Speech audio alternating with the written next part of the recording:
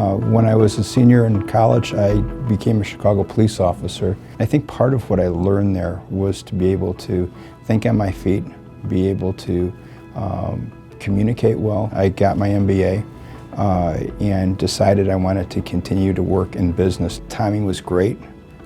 First Chicago was the lead bank in some of the major bankruptcies that were looming at the time, and I was fortunate enough to work on Chrysler, Massey Ferguson, and the Wicks companies, all of which were major restructurings and landmark cases in the early 1980s.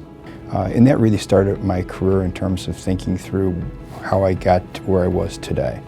When Anderson melted down, we had our own restructuring to do, and along with 13 other partners, I helped start Urine Consulting Group. Started with 168 people in May of 2002, and has been able to grow to a public company with over 1,000 consultants worldwide.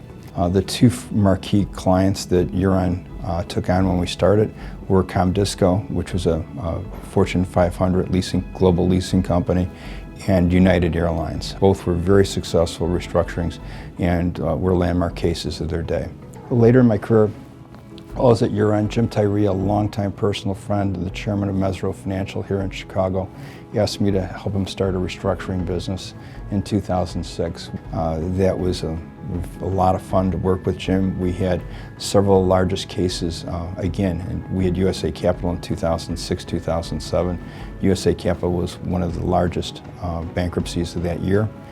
We were able to successfully restructure it. It's been a fun run to this day. The first learning experience I had was learning from one of the best turnaround people, I think it was in the business, and that was Sandy Sigloff. I watched Sandy's preparation for a meeting. I watched how Sandy evaluated and looked at a business to develop a strategy. David Page from Honigman Miller in Detroit on several major transactions.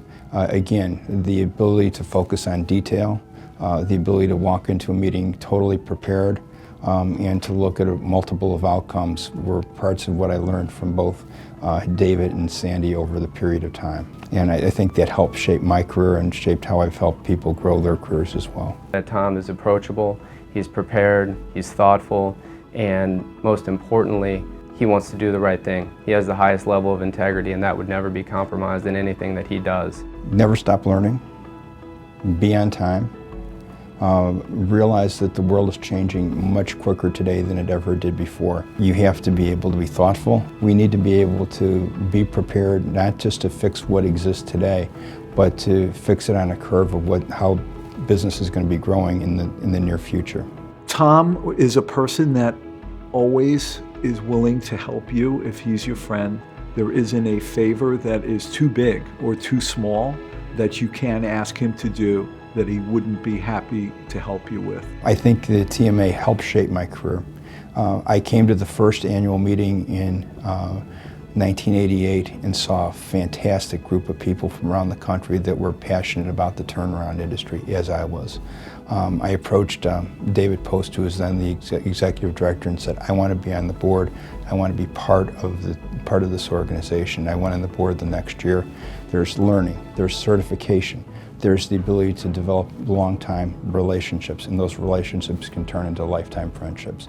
Those are the things I think that are really important to take away from TMA.